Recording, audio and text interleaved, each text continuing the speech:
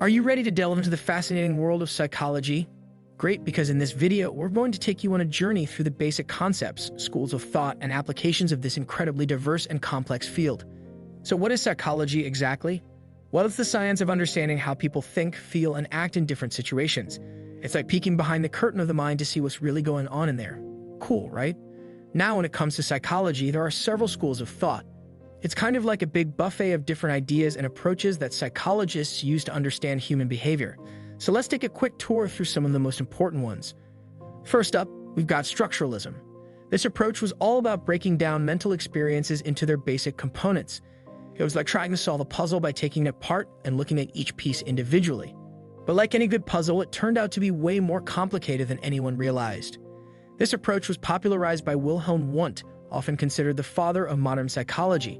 Structuralists believed that mental experiences could be broken down into their basic components, which they called sensations and feelings. They believed that by studying these components, they could gain a deeper understanding of the human mind. Imagine you're looking at a painting for the first time. A structuralist would be interested in breaking down your experience into its most basic components. They might ask you to describe the colors, lines, shapes, and textures you see, and then use those descriptions to better understand how the painting is constructed. While structuralism has fallen out of favor in modern psychology, its emphasis on careful observation and objective measurement laid the groundwork for many later approaches. Next, we've got functionalism. This approach was all about understanding how behavior helps us survive and thrive in our environments. It's like looking at a car and asking, how does this thing work? Instead of just admiring how shiny it is. This approach was championed by William James, who sought to understand how behavior helps us adapt to our environments. Functionalists were less interested in breaking down mental experiences into their component parts and more interested in understanding how those experiences help us survive and thrive. They believed that behavior was shaped by the interaction between the individual and their environment, and that behavior could only be understood in its proper context. Imagine you're trying to understand why someone might engage in a particular behavior, like exercising regularly. A functionalist would be interested in how that behavior helps the individual adapt to their environment. They might hypothesize that exercising regularly improves physical health, reduces stress, and increases self-confidence, all of which might help the individual navigate their daily life more effectively. Then there's the psychoanalytic approach developed by the one and only Sigmund Freud. This approach emphasized the role of unconscious processes and childhood experiences in shaping personality and behavior. It was like trying to untangle a big ball of yarn to figure out why we do the things we do. This approach emphasized the role of unconscious processes and childhood experiences in shaping personality and behavior. Psychoanalysts believe that early childhood experiences were particularly important in shaping our adult behavior, and that much of our mental life is driven by unconscious impulses and desires. They also believe that bringing these unconscious processes to conscious awareness could lead to personal growth and healing. Imagine you're trying to understand why someone has a particular phobia, like a fear of spiders. A psychoanalyst might look to the individual's childhood experiences to understand the root of their fear. They might hypothesize that the individual had a traumatic experience with a spider at a young age, and that this experience has been repressed into their unconscious mind. By bringing this experience to conscious awareness, the individual might be able to confront and overcome their fear. Moving on, we've got behaviorism, which was all about how our behavior is shaped by the environment around us. It's like training a dog to do tricks by giving it treats, but way more complicated, of course. Behaviorism was popularized by figures like B.S. Skinner and John B. Watson. Behaviorists believe that behavior could be understood by studying the relationship between stimuli and responses. They believe that all behavior was shaped by the environment, and that by manipulating the environment, we could shape behavior in predictable ways. Behaviorism had a major impact on psychology and the social sciences more broadly, and its emphasis on objective measurement and experimental rigor continues to influence research to this day. Imagine you're trying to understand why someone continues to smoke cigarettes despite knowing the health risks. A behaviorist would be interested in the relationship between environmental stimuli and the behavior of smoking. They might hypothesize that certain environmental cues, like stress or social situations, trigger the individual's desire to smoke. By manipulating the environment to remove these cues, the behaviorist might be able to help the individual quit smoking. And then there's the cognitive approach, which focuses on mental processes like perception, attention, memory, and problem solving. It's like trying to understand how a computer works, except the computer is your brain.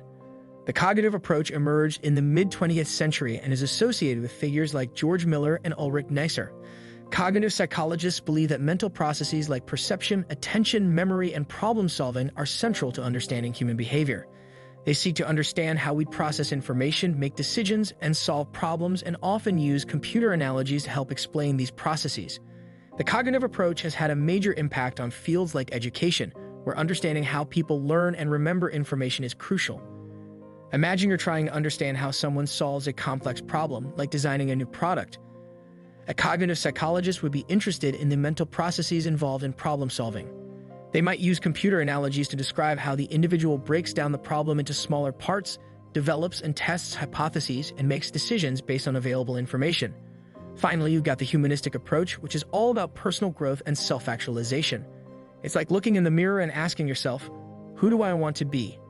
The humanistic approach emerged in the mid-20th century as a response to the more mechanistic approaches of behaviorism and psychoanalysis. Humanistic psychologists like Carl Rogers and Abraham Maslow emphasize the importance of personal growth, self-actualization, and the unique qualities of each individual. They believe that understanding the subjective experiences of individuals was just as important as understanding their behavior, and that people are inherently motivated to reach their full potential. The humanistic approach has had a major impact on fields like counseling and therapy, where creating a safe and empathetic space for clients to explore their inner lives is key. Imagine you're trying to understand how someone copes with a major life change like losing a loved one. A humanistic psychologist would be interested in the individual's subjective experience of the loss. They might create a safe and empathetic space for the individual to explore their feelings of grief and loss, and work with them to identify their strengths and resources for coping with the change. Now, I know what you're thinking.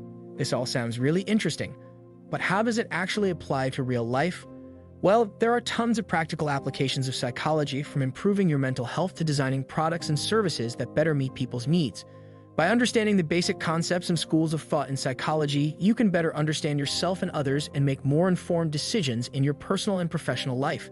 So in summary, you have the following main approaches.